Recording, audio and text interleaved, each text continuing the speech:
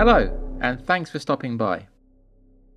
You may have seen stories in the news recently about the three mysterious monoliths which have seemingly appeared from nowhere. The first was spotted deep in America's Utah desert by helicopter pilot Brett Hutchings, who was hovering above counting bighorn sheep. Upon closer inspection, the monolith was revealed to be 9.5 feet, or 3 meters tall, and constructed from metal sheets riveted together.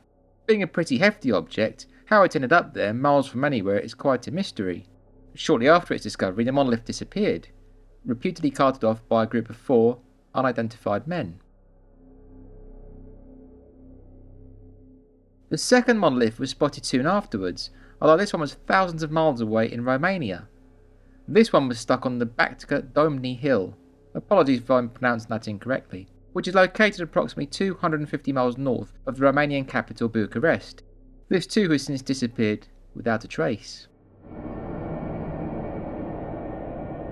The third monolith appeared in early December 2020 and, like the first, was on American soil, in this case Pine Mountain in Atascadero, California.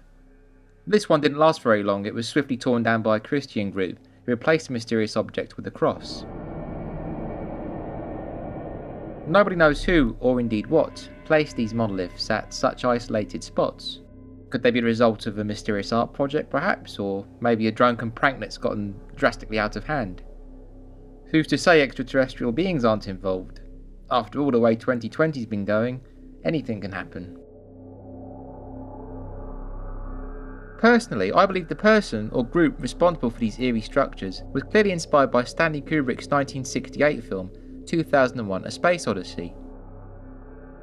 If you're familiar with this classic film, which was based upon science fiction author Arthur C. Clarke's short story The Sentinel, you'll note that a black monolithic object appears several times throughout, the insinuation being that each disturbing appearance corresponds with a major shift in the evolution of the human race.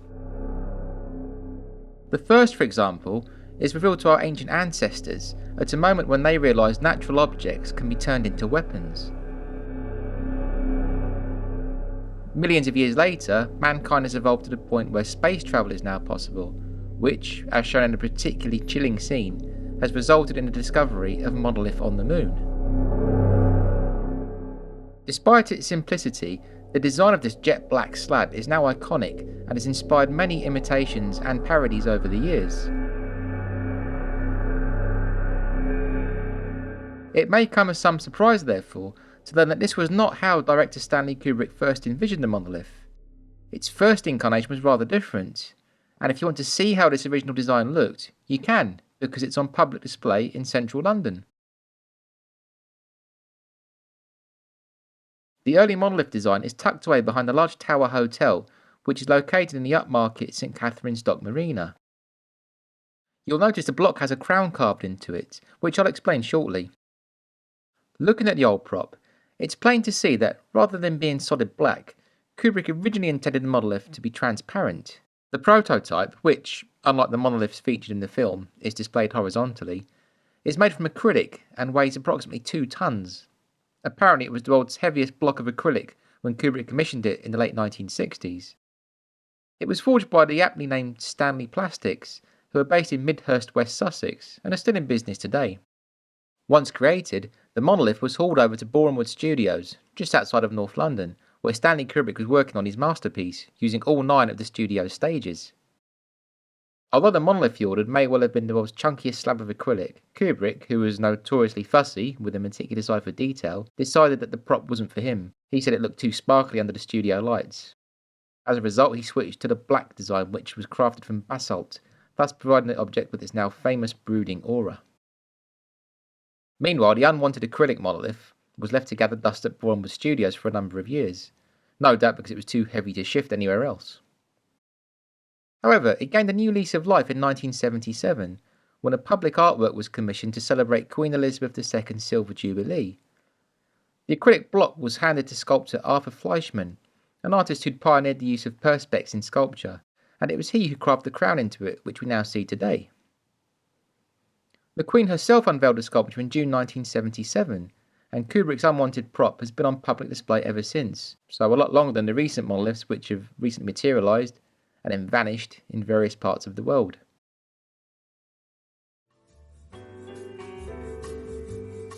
Thank you so much for watching.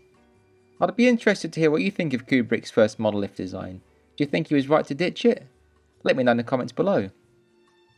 If you enjoyed this video, I'd appreciate it very much if you could please give it a like and share. And if you haven't already, please consider subscribing so that you don't miss out on any future content. In the meantime, you can find more history and trivia over at my website, robslondon.com. Or if you're looking for a special gift, why not visit my Etsy store, Rob's Online Designs, where you'll find an array of London-themed merchandise. Links are all in the description. Thanks again and stay well.